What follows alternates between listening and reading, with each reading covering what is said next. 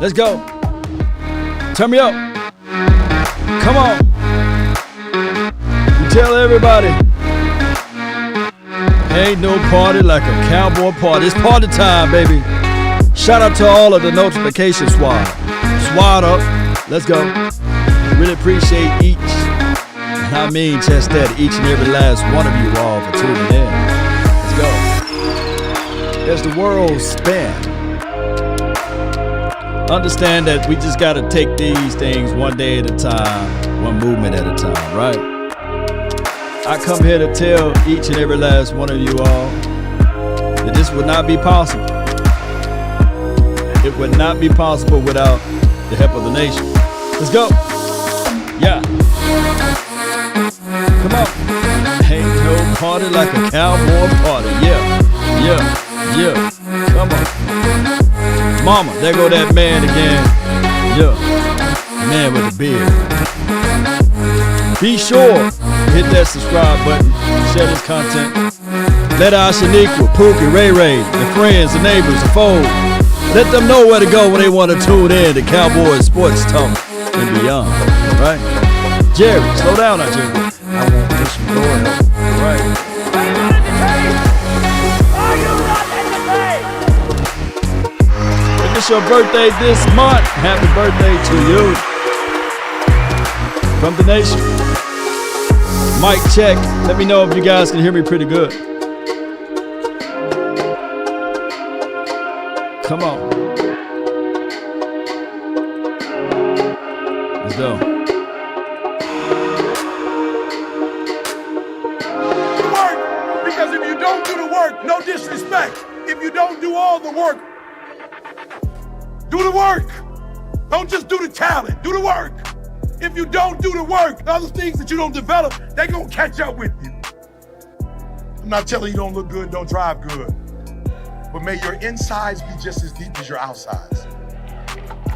May your insides be just as deep as your car.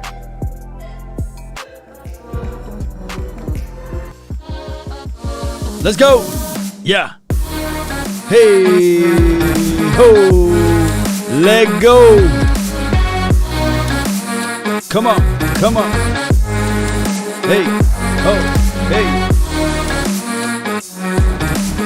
Lock in, baby. I see you, Jay Worthy.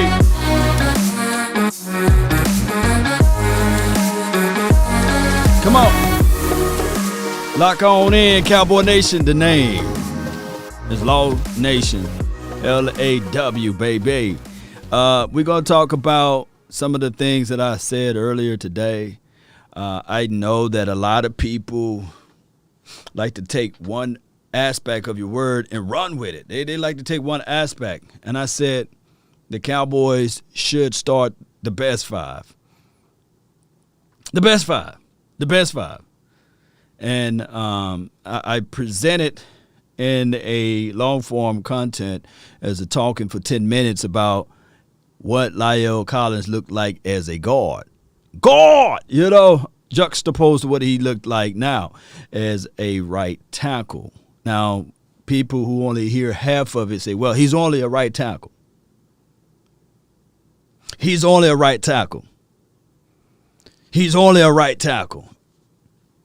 He's only a right tackle. And there goes the label. There's go putting players in boxes. There's not understanding what is really presented to said person.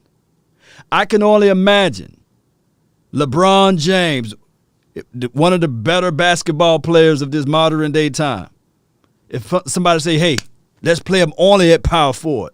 Let's play him only at power forward. Let's play him only at power forward. Let's play him only at power forward. I can only imagine if he was not able to shoot the ball and be a shooting guard, if he was not able to push the ball down the field because he got versatile skills to be the point guard or even the small forward, I can only imagine in the pinch that even Michael Jordan, if people were to say, hey, he can only shoot, don't let him be at the point. Stop putting people in boxes. Stop looking at the glass only at one view. Look at it objectively speaking. We got two guys that's on this team, on this offensive line. One being Connor Williams, who gave up 9 penalties. You can't argue against that. These are facts. It makes my teeth white.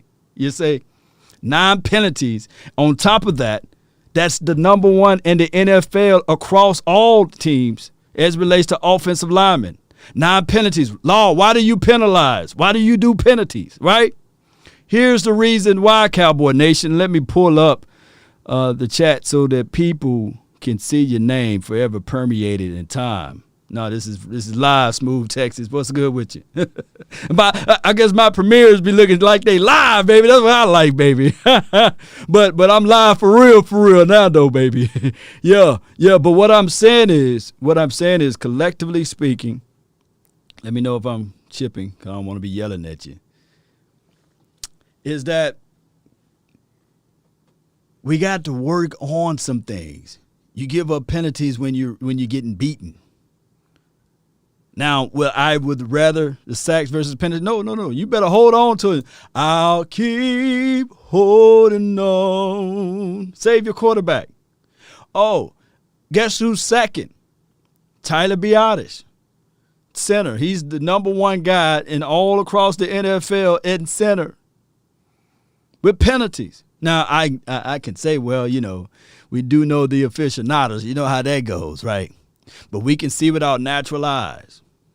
We can see that those boys, when it's time for that, I'm pushing big body, can't stop me for the 9-8. I got to sell 1 million copies. They coming straight through the middle. It's good. It's cool. We got Dakota Prescott, who is there, I say, one of the greater quarterbacks that's right now playing in this game, who can evade, can elude, but he's coming off of a calf injury now, Cowboy Nation. And we're going to listen to what Troy had to say about that in a few seconds. But before I close out on this opening statement, I got to tell everybody that you always want to evaluate, and I know we don't change none of the outcomes. Newsflash, right?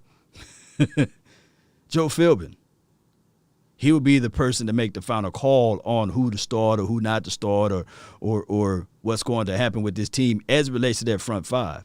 Now, my philosophy is agreeable upon a lot of people, different philosophies.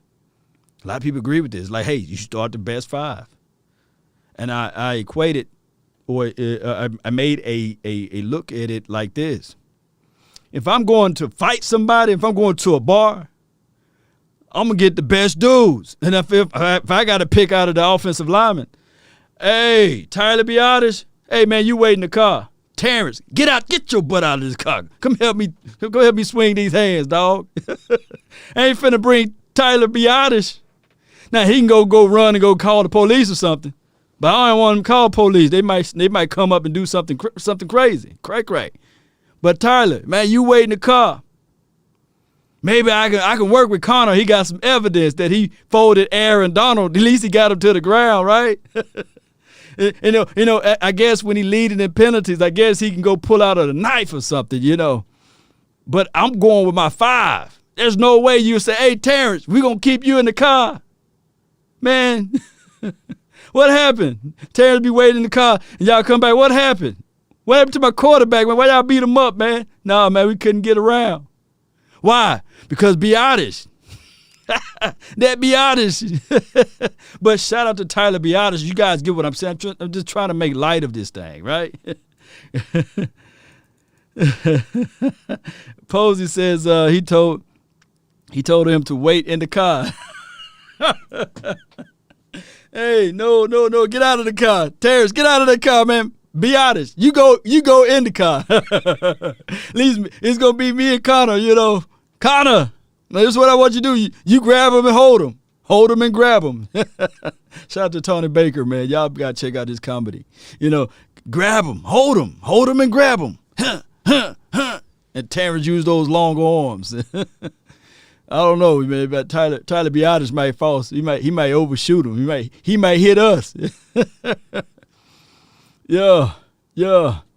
But this is the thing. None of us right, none of us wrong. But the thing is, the right thing of it is what's the depth chart now? Of course. Collins is a right tackle, according to the depth charts. But he never gave up a sack as a guard. Never gave up a sack in his career. You can look all of the film and you can book it that you'll never see a sack given up from him at guard. You can comb through all of 2015 film, and we had a terrible roster in 2015. You had a terrible roster in 2015 as it relates to the quarterback play, right? And he kept those guys, Matt Castle, Brandon Whedon, Kellen Moore. He kept all of those guys upright. They never got a chance to touch the quarterback in 2015 from La'el Collins' spot. You can book that one.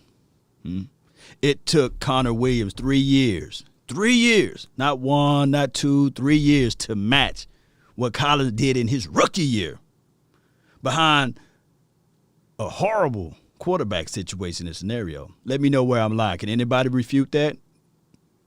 It took that brother 3 years. Can you imagine? Let's do this. Can you imagine you in a position and you working your butt off, but they had somebody did what you did their first year, and it took you 3 years to get to what they was doing? Let that sink in. On top of that, people fail to realize Ron Leary was good.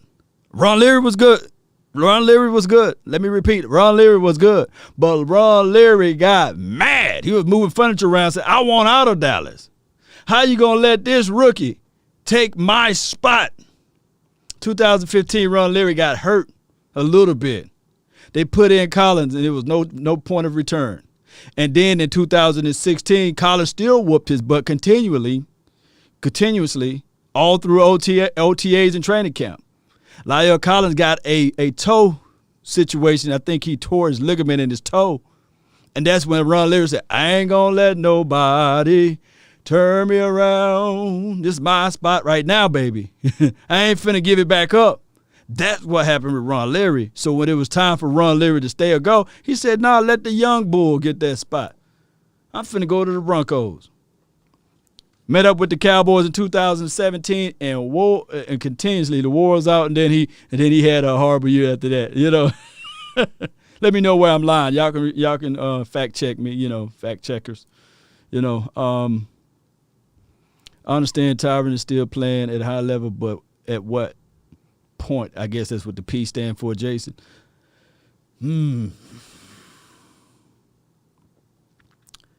Tyron Smith is having a hell of a year this year. Him and Zach Martin. They both are. And there's no way where we can. I don't know how.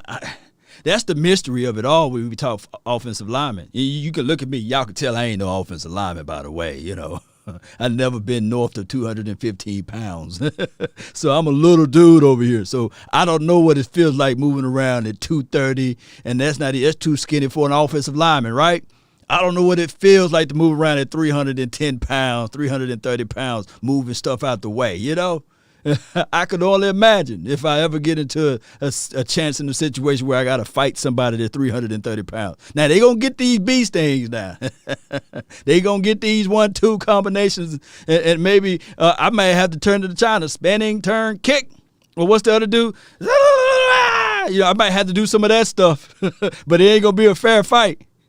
They're going to be like, man, Law was whooping that dude's tail until he grabbed him, or hold him, right? Grab him or hold him. But I come here to tell you, we can look at the evidence of tape, and we can see some things, right? We can see that, hey, this dude done picked up Big Maybane and folded him up and put him in his back pocket and say, Rocky, my baby. Yeah. Law, you might have to lean forward. No, I ain't going to lean forward. I might tell him, I might hit and run, You take the biggest brick, you hit him. But, hey, David slew Goliath because he was wise, right? He was smart. He used the smooth rock, right? I'm going to have to go give me a smooth rock around this mug. Well, hey, Law, you supposed to be fighting this big dude, man. What you doing? Why you all in the grass? Don't worry about it. I'm looking for that rock, Oh, my goodness. Greg Berry says you 5'9", 170 pounds. Well, you only 4 pounds lighter than DeMonte KZ because he 174. But here's what we got right here. The lineup may be just what it is. It may be this. Tyron Smith, Connor Williams, Tyler Biadasz, Zach Martin, and La'el Collins. That's going to be the line up. But when I said in my video, wishful thinking, right? I mean, we known for many of years to look at certain players and we say, hey, man, Cowboys, why don't you start this guy? Why don't you start that guy? And then they go to another team, and then you see them flourish there. And you say, hey, you know, why you didn't re-up on this one? Why you see Anthony Hitchens, why you didn't go ahead and secured him, right? We've seen these same song and dance before with the Cowboys, and I'm not saying whatever they do will be a wrong reason or a right reason, because the NFL is just like that. So, round of applause for Dak Prescott. Why are you giving Dak Prescott a round of applause? Here's why, Cowboy Nation. And here's why. When Tyron Smith had to get out for a couple of series, they brought in Ty Nsekhe. Let's give a round of applause for Ty Nsekhe.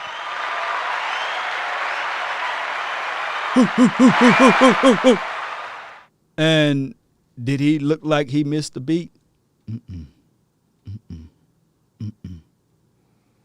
So I look at it like this. With Dak Prescott, with number 4, he just telling all of his 5 guys, give me an extra time. It's okay. It's okay, Connor Williams. You allowed 12 pressures, 12 quarterback pressures into the interior. 9 penalties. That's okay. Give me a chance, and I would take it. I was doing my show the other day, and when DeMonte KZ and Diggs had that debacle of 75-yarder, Dak Prescott didn't flinch. He didn't move. He didn't sweat. No bead of sweat. He just looked calm. Didn't even frown. I was like, man, can I get a frown? Can I get like a ah? But he was like, okay. He put his helmet on, walked out there on the field, got the team all the way down to kick the field goal, tied the game. Defense stood up again, and then in overtime, CeeDee Lamb said, let's kill this thing. Let's go ahead and take over. That's what leaders do, right? So regardless of what we talk about, as far as that front 5, we got a leader, man. We got a leader in Dakota Prescott. In all seriousness, can I see JP in the chat? Can I see Joe Philbin in the chat? I just want to see JP, or you can put his whole name out. That's why I got him as the thumbnail right now. Let me pull up the thumbnail right quick. Give me 1 second. Yeah, right here. Bam. There we go. Here we go. See JP in the chat. Yeah. Round of applause to that man.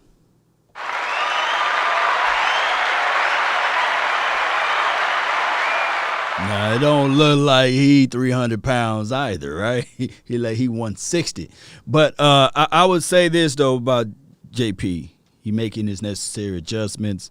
He's combing through everything with a fine-tooth comb. And it seems as if, though, he's a no-nonsense type of guy. And I like that out of him. Outside of Bill Callahan, when he was here, he'd probably be one of the better offensive linemen as it relates to teaching. Not just an emotional guy, but teaching these guys the raw skill sets, collectively speaking.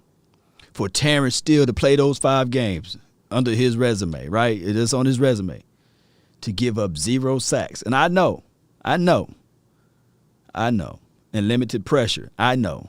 You can maybe say, man, that's all Dak Prescott sliding and moving around in the pocket, which I get it. But for Terrence Steele, who gave up 9 sacks the previous year, for these 5 games to give up none, you got to give him a round of applause.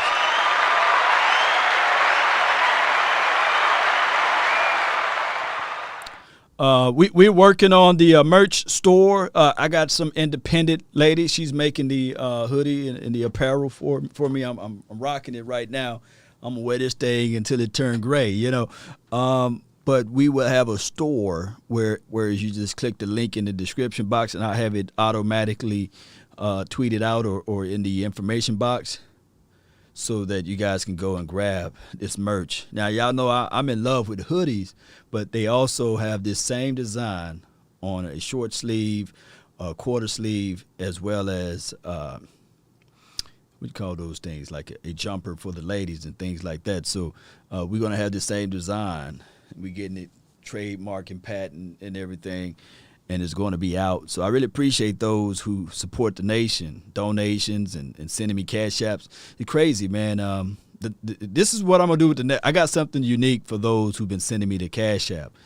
And it's going to be something dealing with that Lamb jersey. See the Lamb jersey in the back? It's going to be something dealing with that one. We're going to give that away for those who cash out. That's how I'm going to do it. I'm going to come up with a nice, wonderful philosophy where I can give back to those who give, right?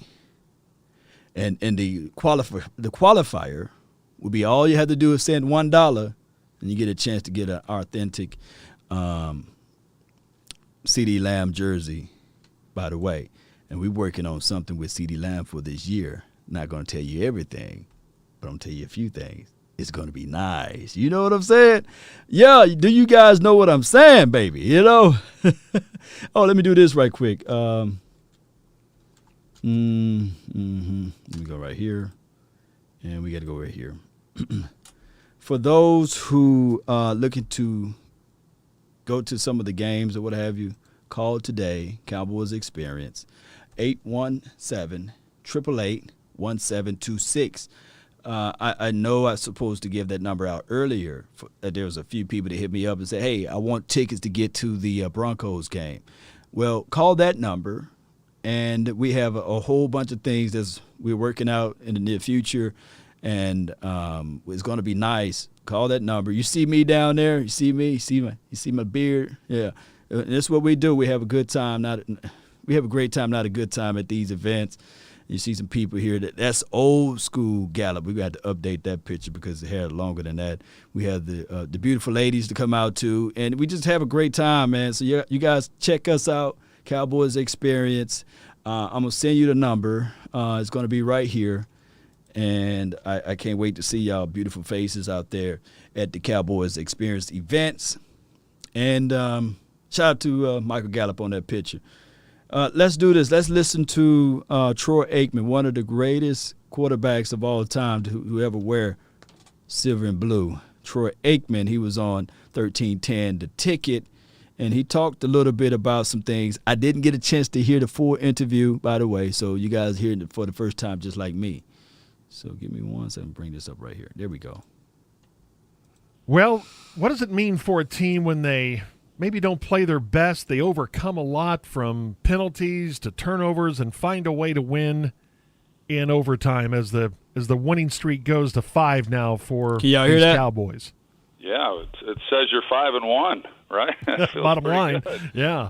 Yeah, no, I think it was a good win, and I thought it'd be a tough game against Troy. New England, and I think the game for them, for New England, went about like they had hoped that it would, to get it to that late in the game with a chance to win. Uh-oh. I think Belichick had to have known going in. He had the lesser team a little bit. He needs some milk. You all right, Troy? Troy's Yeah, it says you're 5-1, right? Bottom line, good. Yeah. Yeah, no, I think it was a good win, and I thought it'd be a tough game against New England, and I think the game for them, for New England, went about like they had hoped that it would, to get it to that late in the game with a chance to win. I think Belichick had to have known going in. He got some elderberry for you. He had the lesser team, a little bit like what he had when he faced Tampa Bay, and yet they were sitting there with a chance. And on third and 25, if they make a play there, if they don't give up, they give up 24 yards or whatever it is. Yeah. They probably win the game. And yet for Dallas, good teams find ways to win those games, and winning on the road's hard and all those things. I mean, it's all true, and it's a tough place to play. I saw what you said. I saw what you said, Choctaw. I'm looking for it. Smoke weed every day. Oh my God, Choctaw, man. I can't get this out of my mind now. Now that you say it, oh man. Oh my goodness, man. Choctaw, man, why you gotta be laughing? I should be laughing like this. Always go back and look at games and say, what did we not do well, or what did we, where do we need to improve? And I think the media probably takes that to a whole nother level. I don't think. Hey, you right, dog. Wait a minute. No, I can't get it. Wait a minute. Troy, what are you doing? Watch this. He go, watch this. I'm gonna pull that volume up a little bit. Hold your ears. And I think the media probably takes that to a whole nother level. I don't think there's a whole lot of talk typically about the things that went well. But if, y'all hear that? but if I'm in that locker room, then I feel pretty good about that win and where you're at now going into your bye week. Troy. The one concern. There we go. Bring it back down. Thing coming out of the game, Dak Prescott was in a boot afterwards, a calf strain. The Cowboys feel like he'll be okay here in 2 weeks. Good thing they have the off week this weekend. We were wondering earlier in the show, did you ever play through a calf strain? And I know all injuries are different, but are you concerned at all about what Dak may have to nurse here? Well, I did. I actually injured my calf. I tore part of the muscle against Washington, and I could not have come back in the game and played, and didn't. And I don't think, based on what I saw of Dak walking off the field, I don't think he could have come back in the game and played if it had gone on further.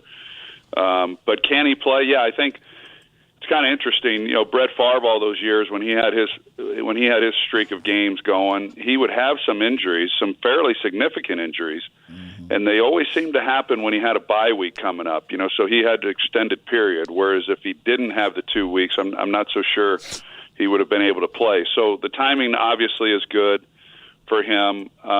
What I found, I played the next week, and I was doubtful as to whether or not I would be able to do it. But I think the great thing about playing quarterback relative to other positions is unless you just can't throw the ball, something's wrong with your shoulder or elbow or something of that nature, then you can manage the injuries a little bit better. So if his calf, my guess is the calf's not going to be 100% in 2 weeks.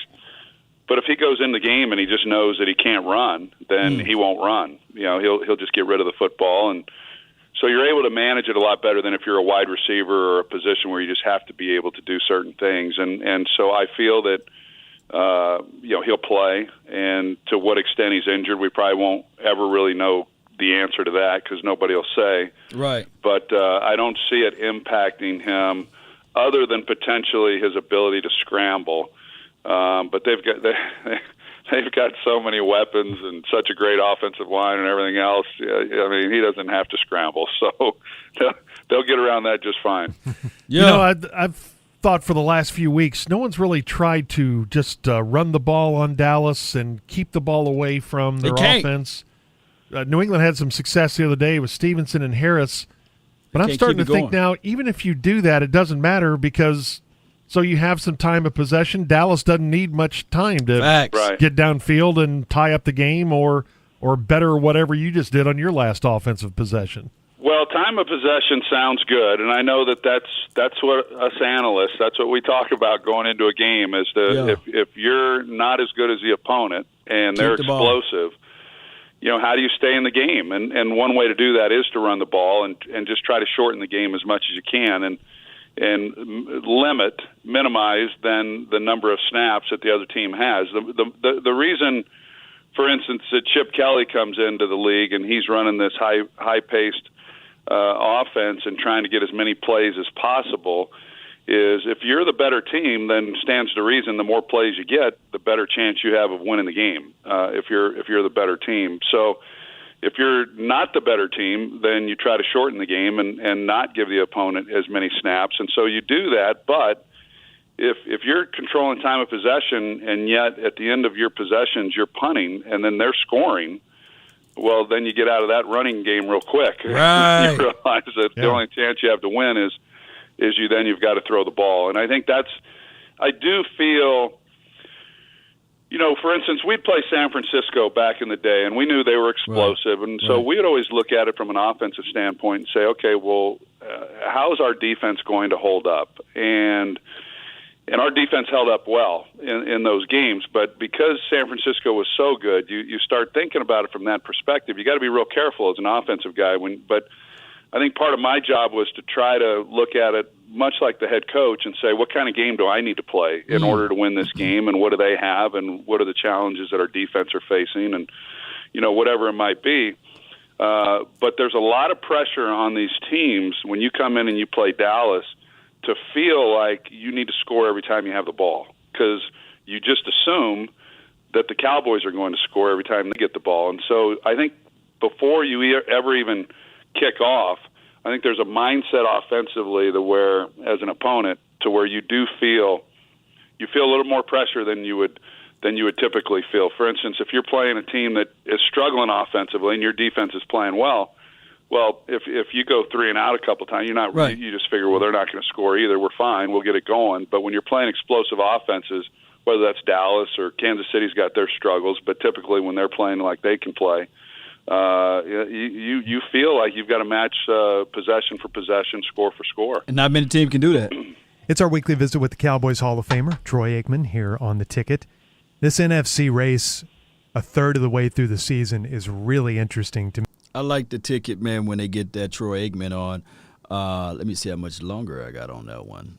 Shout out to Troy, man. I love what he said on the aspect of team's offense is thinking about our offense, and they have to play accordingly, meaning that they start panicking when they don't score off of a drive.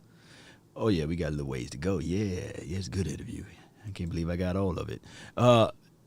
That is a long way to think of things. Like, if teams are struggling on offense and they say, man, we just had a turnover, or man, we just fumbled the ball and now we backed up even more. It actually worked into our favor because we have that ability to make things happen. And I love it, Cowboy Nation. I flat out do, because now I can look at it like, man, although the Patriots are the Patriots, but for the Dallas Cowboys able to put up 445 yards and 122 yards rushing collectively, that's over 500 yards of offense. You're looking at it now like, hey, you had to bring your A game, Minnesota Vikings. Yeah, you could probably match score to score. What your defense going to do, right?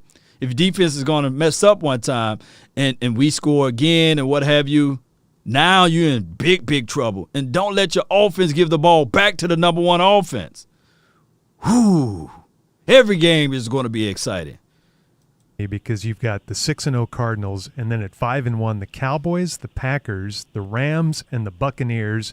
And you can make a case for all of those teams being the best right now in the NFC. Is there one that you like right now?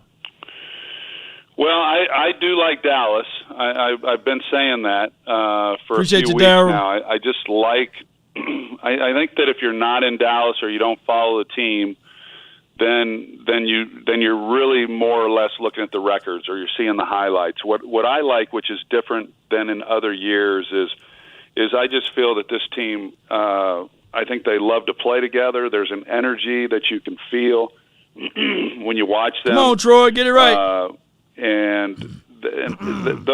Those teams that have that kind of enthusiasm and play like they've been playing, there usually good things happen, and that's why. And I, as I've said it during the broadcast. I think Dak's a big reason for that. I think Dan Quinn is, Mike McCarthy too. He's the head coach. I'm not trying to dismiss him, but I think what Dan's done on the defensive side of the ball, and the players clearly are believing and buying into what he's saying. And then I think Dak is the ringleader. He's the one who sets the tone for everything. And so I do really like Dallas, but you can't overlook Green Bay. They've been there each of the last 2 years. You can't overlook Tampa Bay. As the defending champs, they're really good too. Hey, before we go any further, can we just put F? And don't say it. Just put F FGB, F Green Bay, and FTB. You know, I can't stand none of those bays. You know, F Green Bay, man. Come on, man. So we're gonna there's get a lot them. of things to really like in Dallas, like I said, but Tampa Bay, for instance, now health obviously is a big part of this as we move through the year. But Tampa Bay's they're pretty solid across the board, especially once they get their secondary back. And then you've got the Rams, and they're not playing as good on defense. So there's a lot of excitement in Dallas, but there's also a lot of excitement in other places. And I haven't even mentioned Arizona. And I do think there's a tendency. We've not had them yet. I'm certainly familiar with that team and what they've done. We have them coming up here in a couple of weeks. I think there's still a little bit of everybody waiting to see, okay, well, is this team really as good as what they've shown? And when you're undefeated, they're easy then to be at the top of the mountain, but eventually they're going to lose a game, and then they're going to be right in the hunt, just like the Cowboys and the Packers and Tampa Bay and the Rams and all those teams. And then it just comes down to January. The one thing I was thinking about it is there's only one bye, so everyone's really shooting for that, as opposed to you always wanted the first seed, but if you were number 2, you got a bye, and that was a pretty good road to go as well. And I want number 1. Everyone's kind of looking at it like, okay, let's get a home game, but it's a longer road, and it's not easy. So you got to play your best ball when you get. Come on, Troy. He needs some milk. Come on, gargle, man. I got some elderberry, man. I got some juice for you, fam. When you get into January, and there's still just a whole lot of football. I mean, I imagine as excited as we are right now about Dallas, there's going to come a time here in the next month where we're going to say, I don't know. I mean, this is a little concerning because, and we'll say that about every team. It happens with every team. Michael Irvin said yesterday for Cowboy fans to go ahead and buy their Super Bowl tickets. Yeah. Michael's been saying that for the last decade.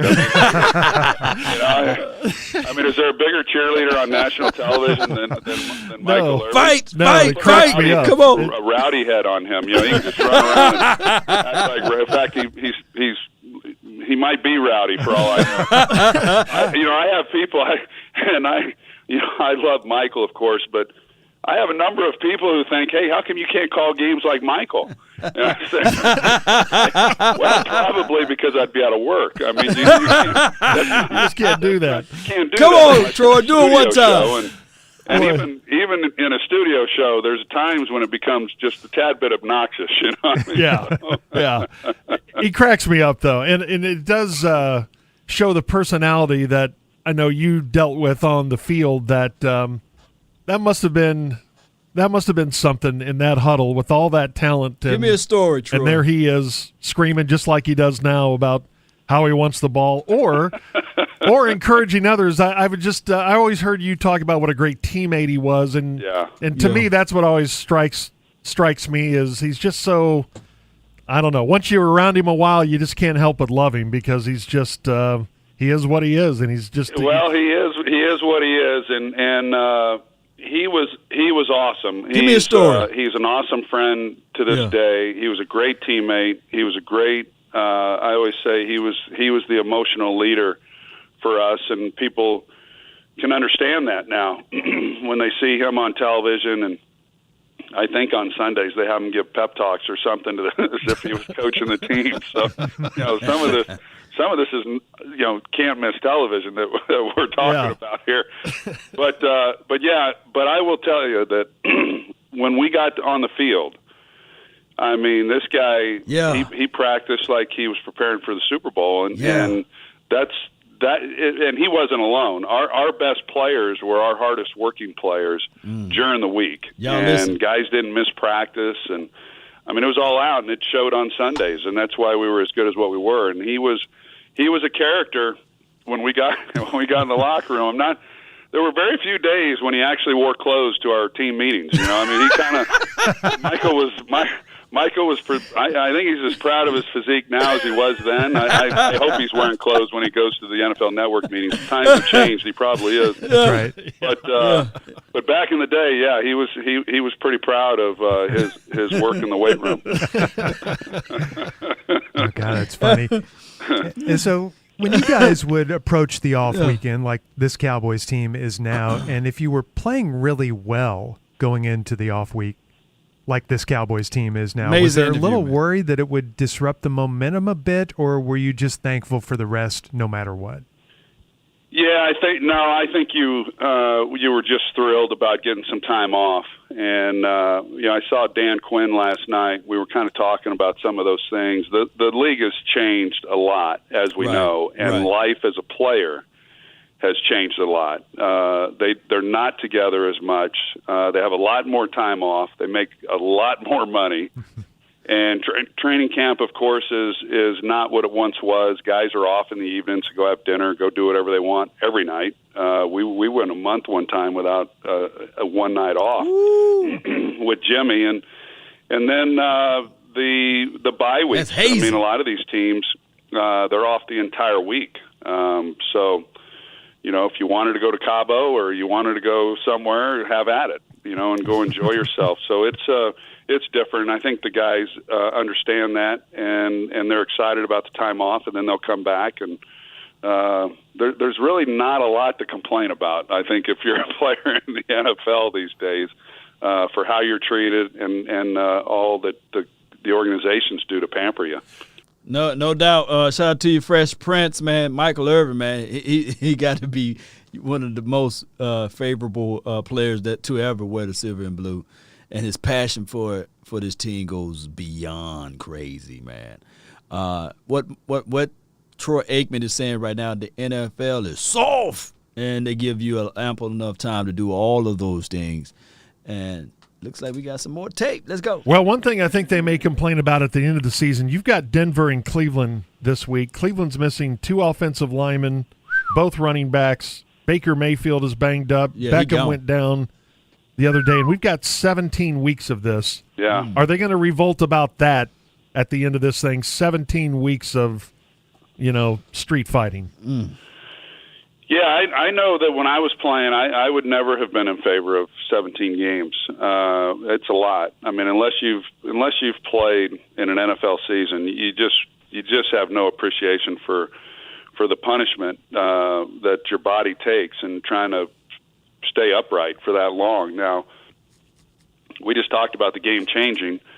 It's not as punishing for some positions. It is still for some others. The guys in the trenches, I mean, they're still going at it. But for a lot of other positions, it's not as physical. But 17 games is long. But the money talks, and these players are making more money as a result of it. Facts.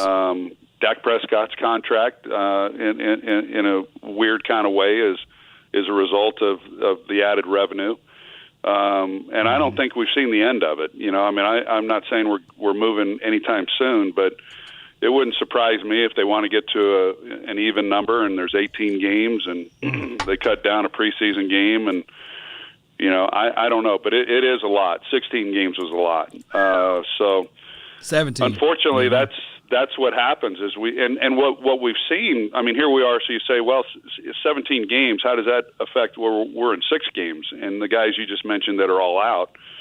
So this has nothing to do with the extension of the season. But what I see is that there's always been injuries, but because of the lack of a lot of these guys don't practice in training camp all that much. They don't play in preseason games, and as hard as you train in the off season.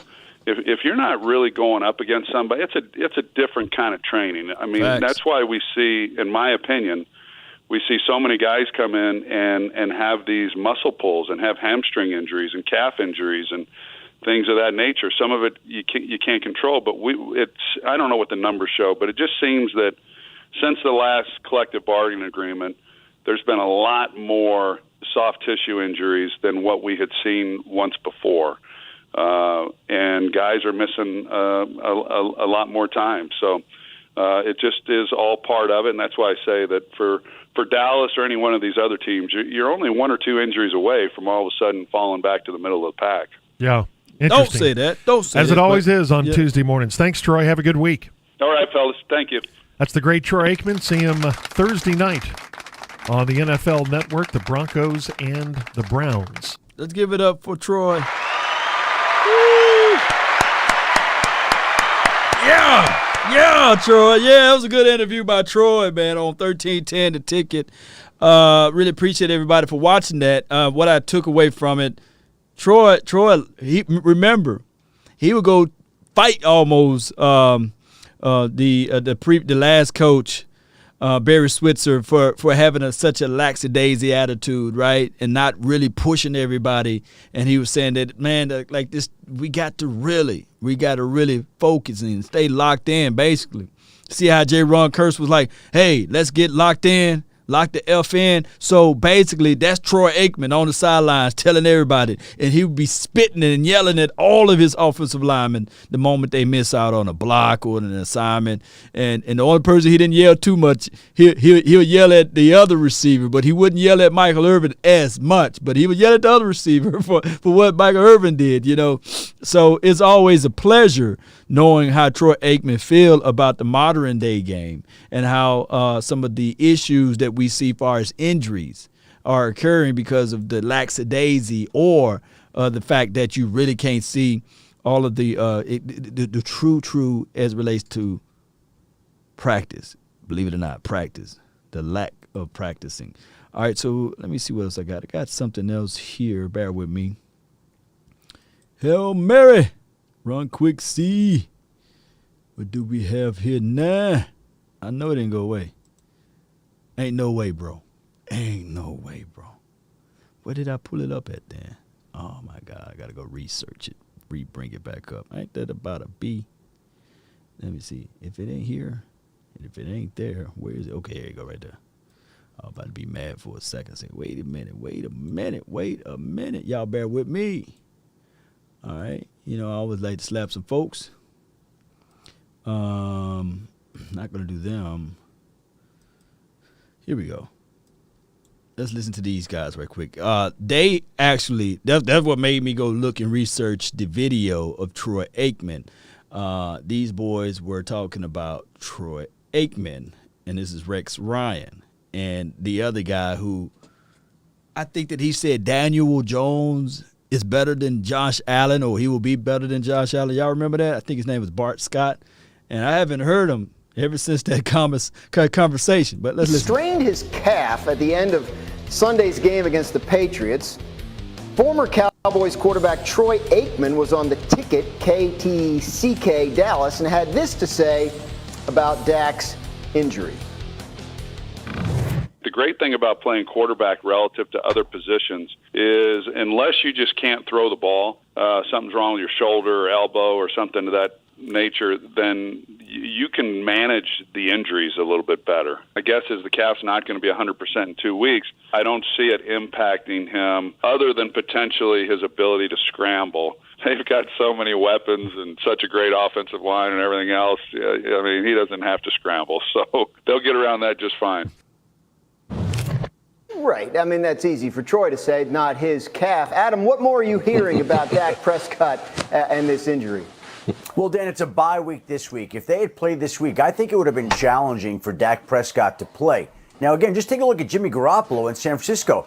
He missed a week, and then there was a bye, and now they're hoping that he's back this week. Dak Prescott will do nothing but rest and treatment for the next couple of weeks leading up to the game against Minnesota. Now, Mike McCarthy has said he's optimistic, and maybe he is, but I think nobody in Dallas really knows whether Dak will or will not be able to go against Minnesota right now. It'll be a wait-and-see kind of approach depending on how he responds to treatment and depending on how his calf feels. But again, if they had played this week, I think it would have been tough for him to be out there. Now, I love it because at the end of the day, the Dallas Cowboys heading into a bye week. Instead of talking about anybody else, they love to talk about our Cowboys, which I love it too because it gives us so much material to go over so we can hear different opinions and so we can all tell them to just lean forward a little bit right there.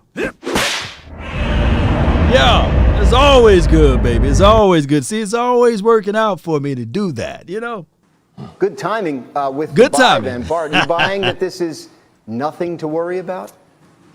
I'm appreciate your DC history. Aware of the situation. You know, when you talk about calf injury, you talk about compensation. You don't know if it's the compensation from the ankle surgery, and what happens is it kind of can creep up to the hamstring. So I'm going to pay attention to it, but I'm not concerned right now. But if he doesn't play against Minnesota, or if he looks totally different, his gait is different, then I'm going to have a level of concern, because, you know, part of his game is being able to get out of the pocket, not necessarily being Lamar Jackson or running the ball or Josh Allen, but it's about being able to be mobile within the pocket, step up, step out, you know, those quarterback sneaks. You know, so I worry about the compensation, because what happens is when one side is injured, you talk about, you know, compensating, you usually injure the opposite leg. D. Wood, what do you have your eye on here when Dak comes back?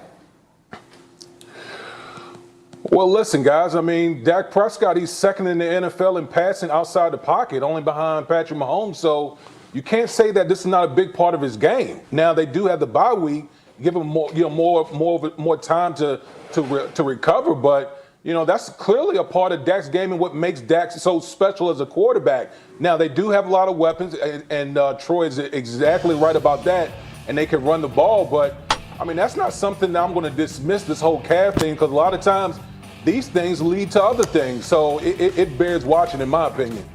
Lewis. Look at them. They scrambling, boy. They looking like, let me see. And then Dak Prescott let them know, y'all can have a whole bunch of fun talking about my little old calf injury. You know, y'all can have all of the clicks you want, because anytime, just look at the countenance on Dak Prescott's face. Now, everybody know when you played a certain sport and you know that something is dangerous that happened to you, you're going to be a little disheveled. You're going to be a little, not jovial, you know. You're not going to say anything. You're going to be like, man, that's effed up, man. I can't push off of this leg, you know. But Dak Prescott, he looking at it like, shoot, y'all got all this material to talk about. He probably right now at his house, chilling on the couch with his leg propped up and with his lady, rubbing his leg, and he's watching TV, you know, chilling, going over the playbook, making sure that he got something to eat. You know, he's just chilling right now and prosper, you know, big old ranch style house with a half of a football field. He's chilling. MVP Dak, you're right, Elroy. I call him Elite Dak. You know, that's his full name, Elite Dak Prescott. If it is an issue, if it bothers him or limits him, are they going to have to make what kind of adjustments are they going to have to make on that offense? Yeah, I mean, that's a great question, because look, even if he isn't someone who they're going to get him outside the pocket, even if he's someone who is going to consciously have to, you know, make sure that he limits the amount of times that he puts himself in scramble situations, he still has to take the ball from under center and get it to the running back. So there still is going to be some stress and some strain on that calf. And we all know this as far as dealing with muscle strains. You can rest them, be very limited as far as practice is concerned leading up to a football game. But as soon as you instantaneously have to call on that specific muscle to respond for you, you don't know what's going to happen with it. And look, I love this offense as much as anyone, because it is truly the number one offense in terms of how multiple it can be and how it can do to the opponent whatever it needs to do in order to win the game, whether that be throwing or running it. But even if they sat there and they handed the ball off to Tony Pollard or Ezekiel Elliott 45, 50 times, he still has to move. He still has to twist and turn on that calf, and They acting like Dak Prescott done tore his calf off his bone of the meat that the tendons is detached or what have you, and also connected around to the kneecap. What it is, synovial fluid in there? They had like that done drained out too. Look, anytime we've seen football before, right? Yeah, we've seen football before, right? We've seen Peyton Manning, and I'm not saying that Dak Prescott is Peyton Manning, but Peyton Manning, who would sit back like a statue, able to get out and throw the ball. Oh, Tom Brady. He's not the fastest of the world, but he know how to slide around and get the ball out. So I love it. They making it seem like, dude, hey, the meat fell off the bone. No. That meat is attached. It's strained. He was moving a little bit. And even at his nimbleness, you know, of his nimble movement, I'm thinking that hey, he was at least more worthy enough to slide around better than a Matt Castle that we had, a Brandon Whedon. Hey, even the dude that's calling the plays, Kellen Moore. Y'all remember those quarterbacks? Oh, don't let me start talking about Testaverde and Drew Bledsoe. Boy, come on now. It's at a at a location on your body where you just cannot not use it. He can't skip back to the running backs. He can't play on one foot. So I'm a little bit more concerned about it than maybe everyone else is because of that fact. Why don't you lean forward just a little bit? Right there. Yeah. Concerned these. What do you think about this? I mean, we've been so high on the Cowboys. Everything's great. Is this the kind of thing that worries you? Well, every team's going to have adversity, but, you talk about the Cowboys. They've handled early adversity. They've showed a lot of character. They have more ways to win. Listen, they have a fluff schedule. They have an ability. They're in a weak division. So if Dak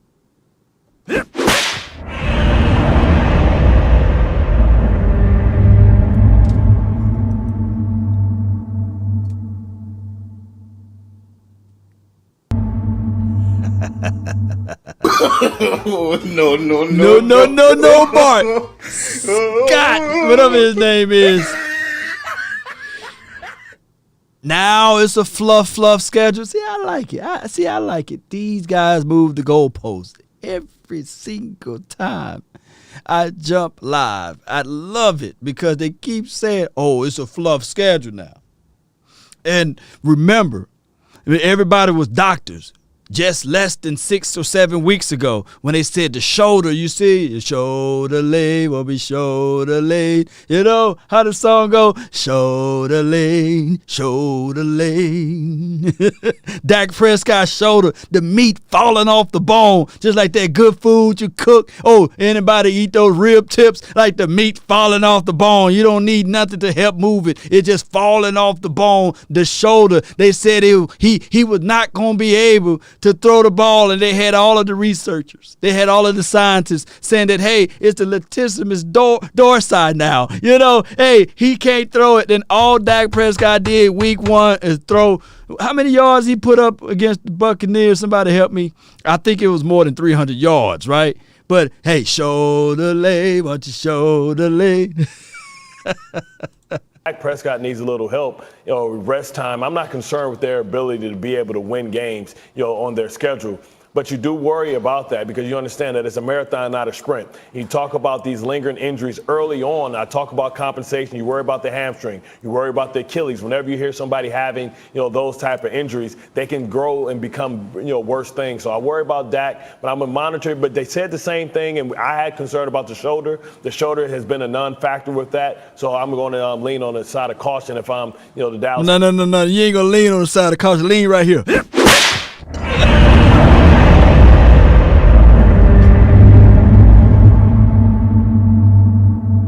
You said Daniel Jones is better than Dak Prescott. Y'all remember that? Oh, man, we had to find that episode. Daniel Jones is better than Dak Prescott. I said, yeah. I had concern about the shoulder. The shoulder has been a non-factor with that, so I'm going to lean on the side of caution if I'm, the Dallas Cowboys understand that you have a tremendous lead on that division. That's true. I feel like we spent the whole month of August debating whether the Cowboys were telling us the truth about the shoulder injury, so I guess we'll take their word for it when we get it in terms of the calf. Cowboys 5-1, 3 games up in the East. It is now time. 3 games up in the East, baby. Who run the East, baby? We run the East, yeah. We run the East, yeah, baby. 3 of them. And by the end of this week, let me see if I can pull this up, man. Let me see. Pull up this. Okay, it's week 7, right? Week 7. The Washington team is playing the Packers. I want to know, y'all predict it right now. As Granddad would say, may he rest in peace, right now. Will the Washington team beat the Packers? I don't really care who wins. I can't stand both of these teams. I wish they end in a tie, but this is what it is. Will the Washington team beat the Packers?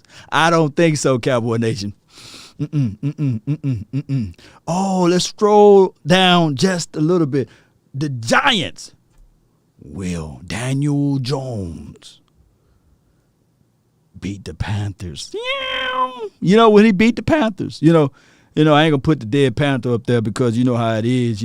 They fell off ever since. See the Cowboys, after we beat the Panthers, everybody found the blueprint. And, I don't think they won a game since then, right? They was 3-0. Everybody saying the mighty Panthers, and now they 3-3 because we whooped them so bad that cat, I'm telling you, we the reason why they haven't won a game yet, because they're trying to replace that cat, that Panther. They're trying to replace it. But I don't think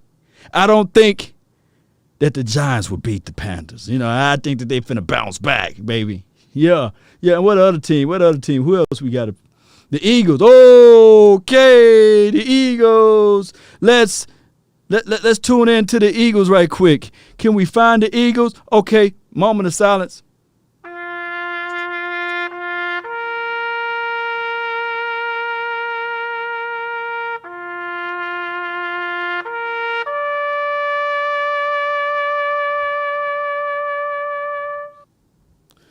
The sign said do not resuscitate. So he gone, dog. Will they beat the Raiders? Will the Eagles beat? Yeah, I'm going to read your comments now because I want to know, so we're going to have at least a 4-game lead by this weekend. I'm predicting. Oh, my goodness. I can't wait. I can't wait to see those games, the Washington team, the Giants. Yeah, we gonna watch. I finally gonna get a chance to see them play against another team and sit back and chill. Maybe I eat my oodles and noodles, huh? All right, let's push right along right here, Cowboy Nation. I really appreciate everybody for tuning in. But let's listen in to Skip reveals the secret behind the explosive offense. Let me get my slap hand ready. Yeah. To be leaps and bounds better than anyone else in the league right now. Shannon, you are a Hall of Fame tight end. Why is this so successful? Because it creates very favorable matchups, Skip. How do you want to play it? Are you going to play it with your base personnel, which means you're going to leave your base personnel, 4 down linemen, 3 linebackers, 4 DBs on the field? Or are you going to come in with another big? Or are you going to come in with an extra DB? But, Skip, the thing that we did out of this a lot is that we opened the formation up. So instead of being one tight end on one side, one tight end on the other side, Mike would split me out.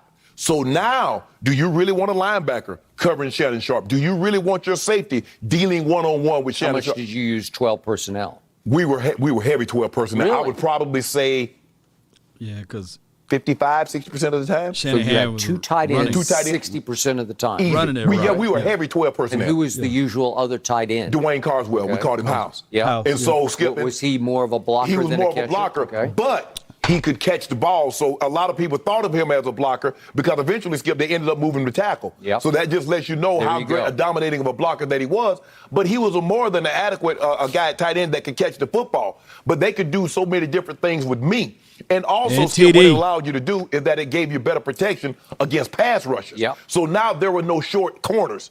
So now it pushed your linebackers even further away from the quarterback. Mm-hmm. So we were protected against the rush, and we gained an advantage on you as far as throwing the football. And if you notice, they throw a lot out of this because you got 2 guys that are very good. So how does the defense? What do they want to do with it, Skip? Yep. Do they want to say, you know what, we're gonna play this base?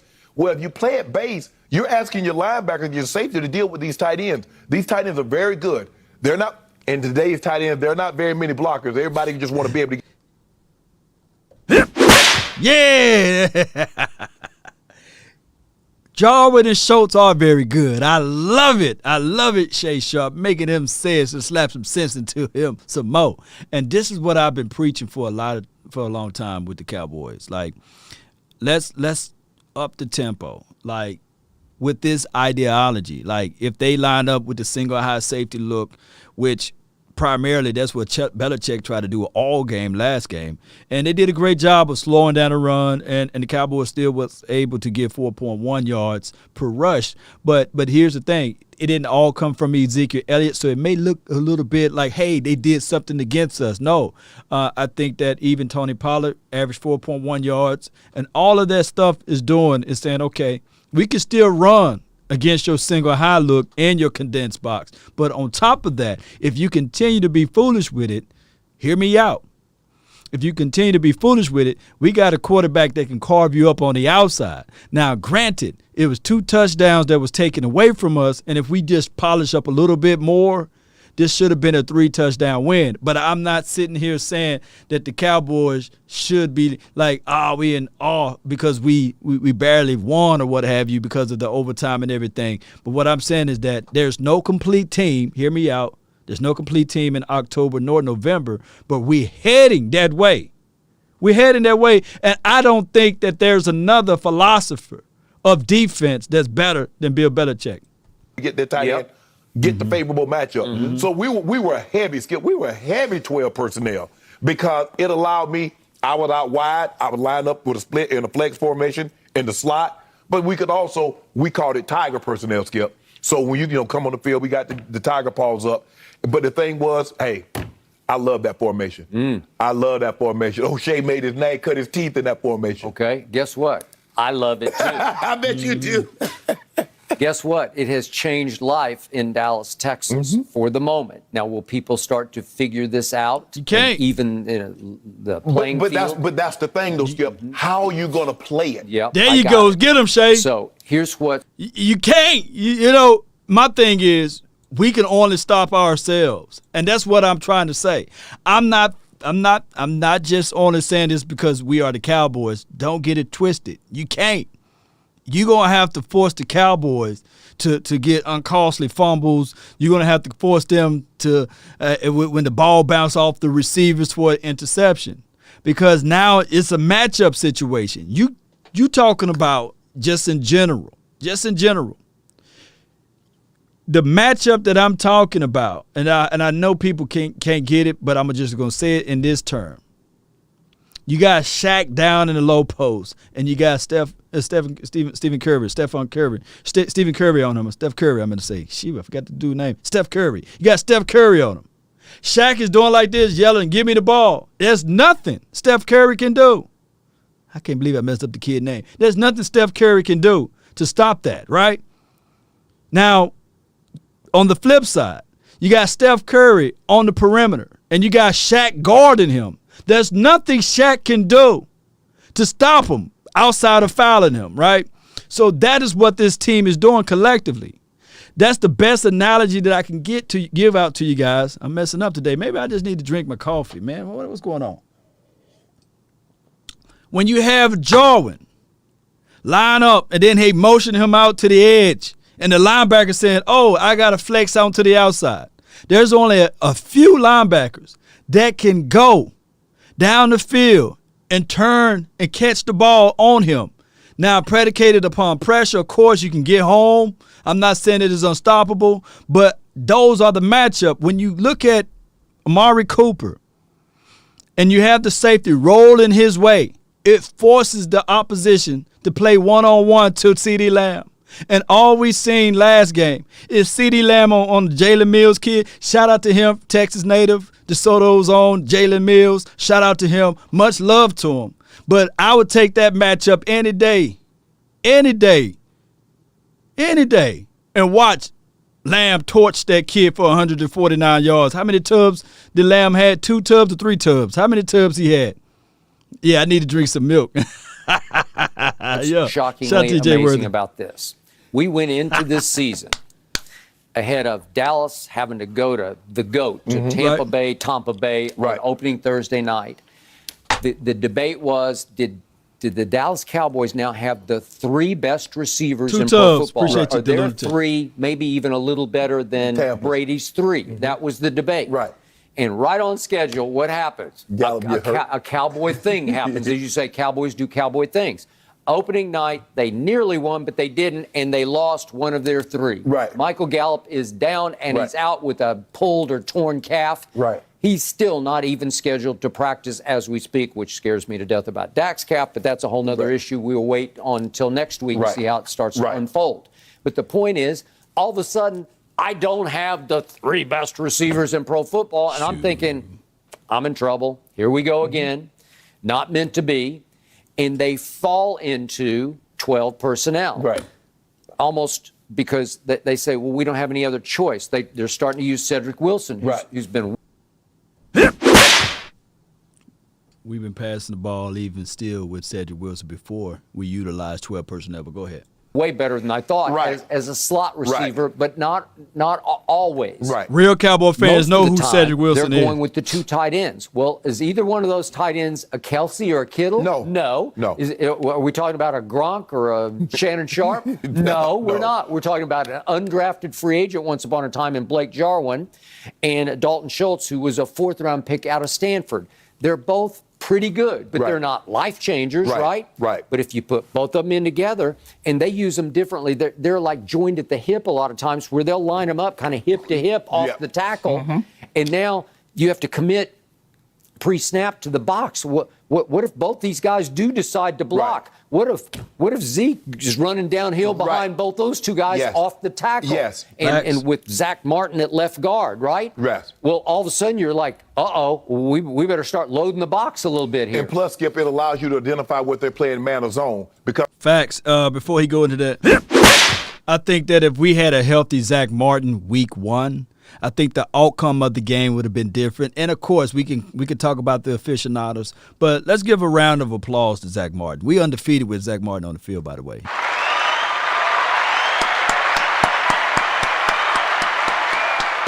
Let's go. You split Shannon Sharp out, and they walk a safety, they walk a linebacker. Correct. That's man coverage. If they leave it like it is, more times than not, it's going to be zone. So it allows you to dictate what they're going to do coverage-wise. Because now I know what you're in because I can see how you're playing my tight ends. Okay. And now to that point, when I looked at the defense that the Patriots called out, they have the flexibility. They got guys that's versatile enough to play a little mix. And I know. It's hard to disguise or to show your hand sometimes, to keep your hands hidden. But they play this loose man, and it's pretty much like a zone concept, but it's loose and they got principles. If certain receiver hit this area, we're going to get off of them. We're going to roll off of them, although they playing man. And that's how Lamb was able to get in the middle of the field. But that play take long. It's developing play, whereas the middle, the Mike linebacker, he's going to shoot through the A-gap, but he got concepts of like, hey, if the quarterback lines up in this particular fashion, and if we see that this guy motions inside, I'm going to drop back into the middle hook.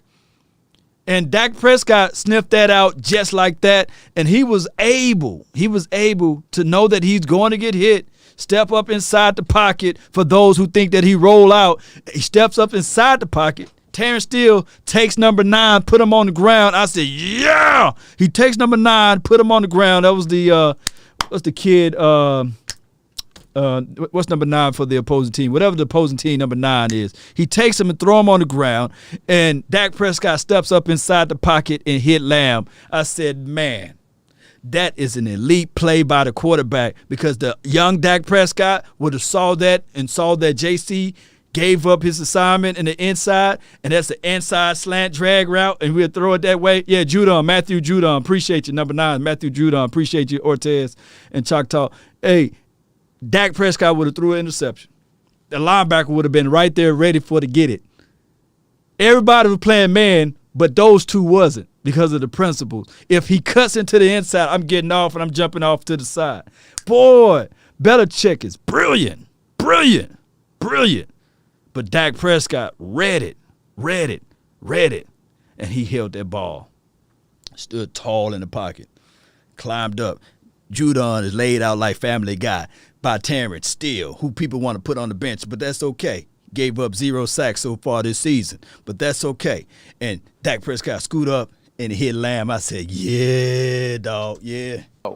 Not only are they utilizing this, they are flat out dominating with it. And I don't want to get too X and O heavy here, because people just check out on this. But just so you understand what's happening right now, in this football season through 6 games, other teams are averaging 82 yards a game in 12 personnel, 2 tight ends. 82 yards. Dallas is averaging 165 yards, by far the most in the league, with 2 tight ends. On rushing the football, other teams are averaging 37 yards per game running the football with 2 tight ends. Dallas is it's at 91. It's like almost 100 yards a game rushing out of 2 tight ends. And as Bob Sturm writes in The Athletic, that is an insane brand of dominance.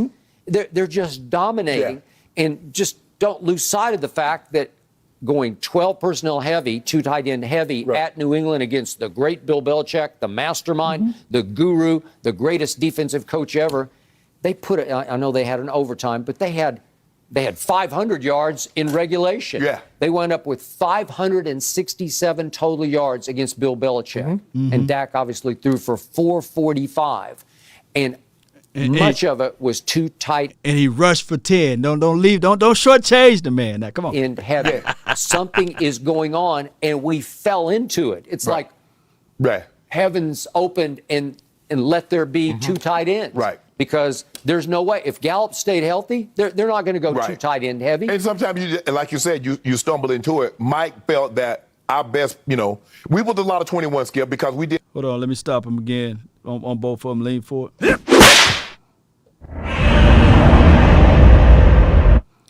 Cowboys been trying this philosophy for a minute. The two tight ends, the 12 personnel, we've been trying it for a minute. Let me repeat, we've been trying it. Remember, what's the guy that we got from San Diego State? He didn't last long or what have you. Is it, God dog, Garbach? What was his name? Put his name in the chat box. He was pretty, he scored a touchdown in 2015, Dak Prescott, but he kind of called it back. It's supposed to have been like that. Escobar. Yeah, my memory. Yeah, Escobar. Serve me correct. They wanted to do that with Escobar. They wanted to do that with Martellus Bennett. They wanted to do that. Actually, low key, they wanted to try it again with Dak Prescott, not with Dak Prescott, but with Jason Witten and James Hanna. They tried it. They kept trying it. Remember, this is a hybrid style of offense of what Scott Linehan. This is Scott Linehan's offense, but on steroids with Kellen Moore because he does some of the same concepts. Nothing new under the sun, Cowboy Nation. So, Skip, lean forward.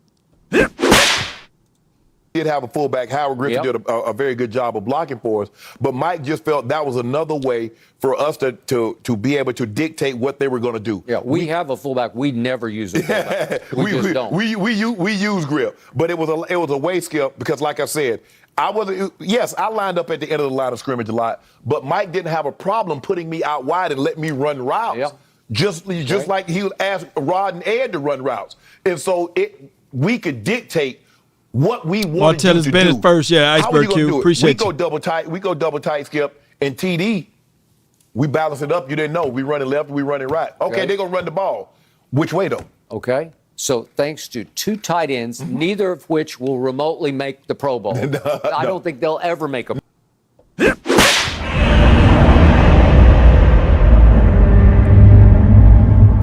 Them Godzilla tears coming, man. Oh my God.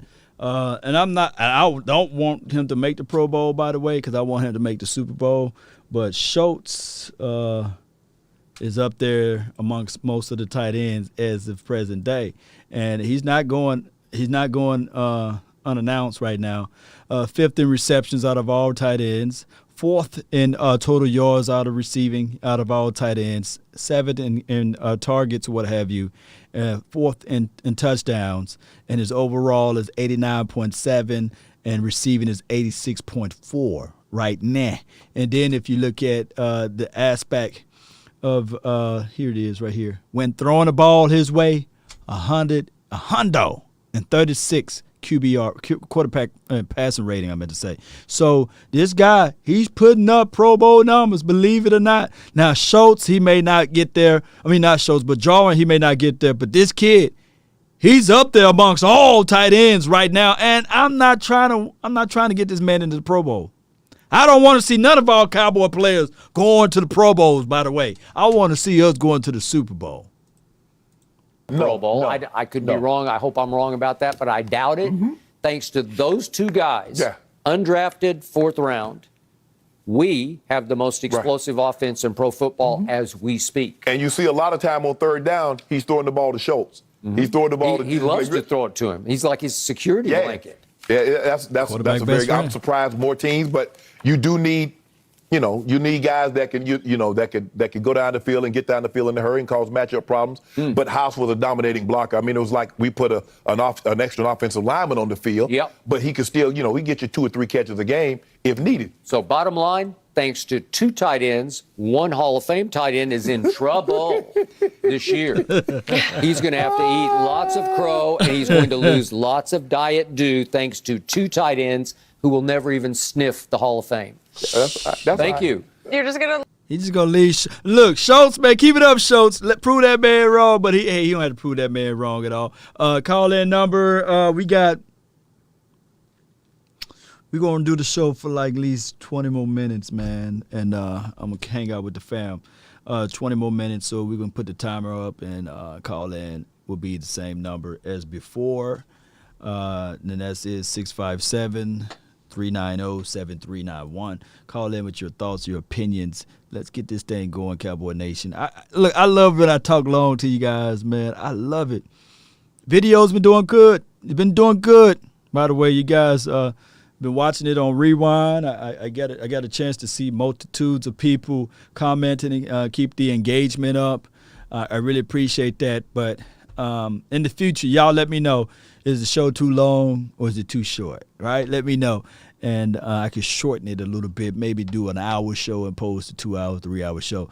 But it's always a pleasure, though, Cowboy Nation. It is knowing that I get a chance to talk to people from the other side. But what I'm going to do is, for anybody that call in, it will be only 1 minute, okay? All right, so give me 1 second. Let me knock these guys out the way, and we'll put the timer clock up, and we're going to get things going. But I really appreciate everybody as they jump in and tune in. Too short, bro. I need a 4-hour show. Yeah, I can go long, man. I one day want to do a marathon show as people pull up inside the chat here. Give me 1 second. Let me find my score countdown timer. Here we go. All right, so here we go. We got the lady of the hour, Lady J. You live. What's good? Hey, everybody. How are y'all? Good evening. Great. We great. Oh, y'all. That's good. All I got to say is our boys going to be fine, and all they going to do is keep shutting up the haters and keep on having them bug eye.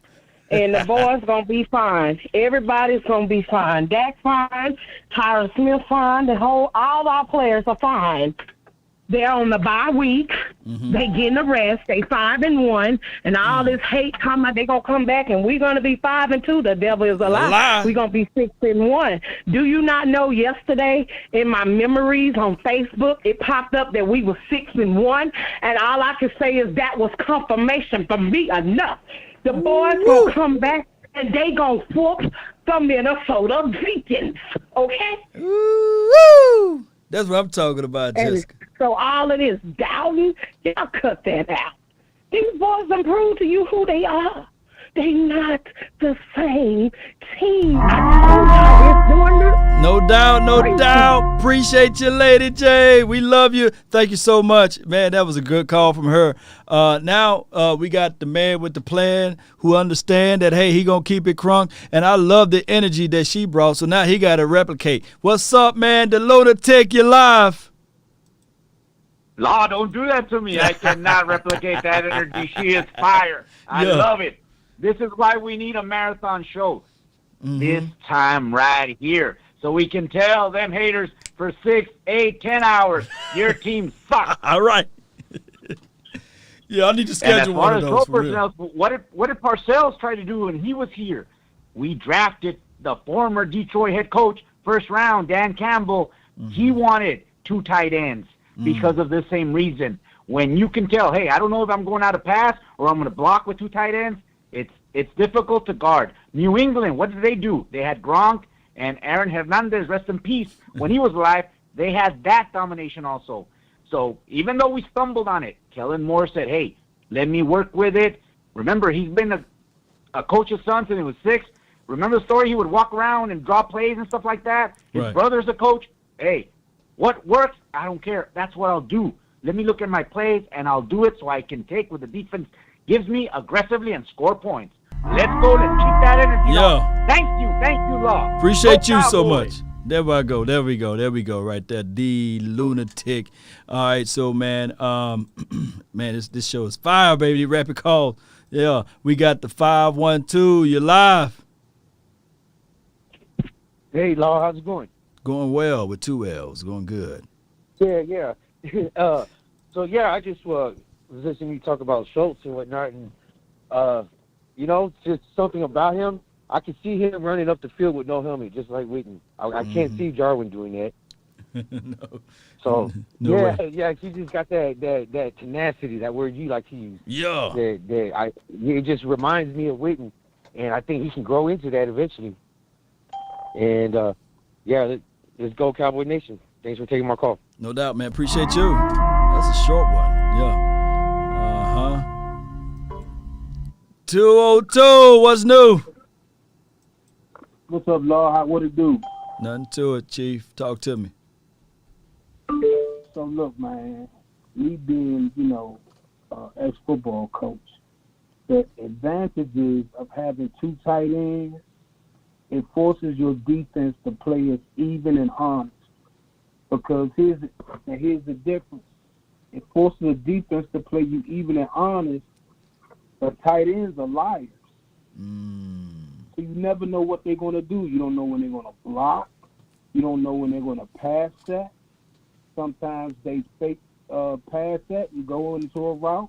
They fake run and go into a route. So tight ends are liars. You know what I'm saying? So that's what makes it so hard for defensive coordinators to get a beat on our offense. Right. You know what I'm saying? So, yeah, man, I've always been a fan of 2 tight end sets, 3 tight end sets, because again, it forces the defense. Appreciate you so much, Coach. Appreciate you for the 202. Hey, let me save your name into this thing, man. What's your name, Coach? Oh, Coach Dave, man. Coach Dave. Okay, appreciate you so much, Coach Dave. I got you saved in, so now I give you that proper greetings, man, when next time you call in Coach Dave. Appreciate you. Yes, sir. I love coaches, man. I kind of remember his voice. I was like, good coach there, by the way. Coach, let me know if you coach defense or offense. Let me know, too. All right, we got Grand Perry in the house. What's good for the 214? Law, What's this good? Your boy Wes Spoiling, man. You hear me? Oh, man. You changed up on me, man. Baby? Switched up on me, Chief. Hold on. Let me stop the time. Before I got to say your name in here again, man. All right, hold on. Let me put you Westmoreland. Yeah. Well, look, I'm off the work phone right now. Oh, okay. You call me. Oh, okay. I got 2 playing on my YouTube and the other I'm on my work phone. You hear me? I say I gotta call in, man. Yeah. I gotta call in. Yeah. Check it out, Law. This what it is. You hear me? Let me tell you something, Law. They didn't understand that we was gonna go down there and do what we did in what they call it, Gillette Stadium. Is that what it's called down there? Foxborough, whatever. Cheater Stadium. I don't know. Yeah. Okay. Well, they didn't understand that we was really gonna do that. See, I'm really big in my parlay. Them refs was trying to get my money last week, Law. Do you hear me? You know what I'm saying? Yeah. But my boy Dak prevailed for us. We gonna just check it like this, man. Just like Michael Irvin said, go get your tickets. Do you hear me? Go get your tickets, because we going to be down there in the Super Bowl this year. That's all I got to say. Look, I can't say too much because I'm at work. I ain't going to be too loud. You hear me? Yeah. I'm glad I caught you at the right time. When you go get your house, let me know. You hear me? Hey, Westmoreland, do this one thing. Next time you bet, when you own my bookie, if you use that app, you use promo code LawNation, baby. LawNation. Use promo code. Yeah. I love everything you're doing for us, man. You keep it up. You hear me? Appreciate you, real man. Talk. Look, Cowboy Nation, they can't stop us, dog. No doubt. Real talk. I'm going to let you go ahead and do what you do, all right? Appreciate you, dog. Yeah, Westmoreland, dog, from Oak Cliff. My dog, man. That's what I'm talking about. We got 682. You live. Westmoreland, dog, from Oak. Let's go, Brandon. Hey, what's good? up, What's Lon? good? What's good, man? What you got? What you got?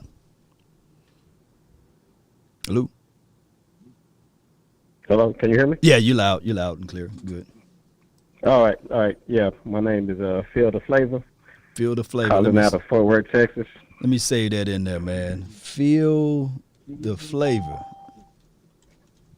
Flavor. What you got, man? What you got for this episode, man? I just wanted to come on just for a minute. I've been watching you for years, my man. You've been putting it down for years. You and Vach and the rest of the team. But I've been a Cowboy fan, almost 49 years now. And I always tell people, you cut me open, I bleed blue and silver. That's how much dedicated I am. Yeah. And like I said, after game 1 against them Bucks, I don't care what nobody say, we going all the way. Wow. Yeah. That's good right there, man. Oof. We're going all the way, fam. At 49. Hey, man, I can't wait for that to happen. For real. We locked in. Yeah, they're going to put it down. They're going to put it down. I can see it already. They're going to put it down. I'm just waiting for them to go on and finish out this year, winning these last few games, go, 16-1. Right. And then just ride it on, baby. Ride it on.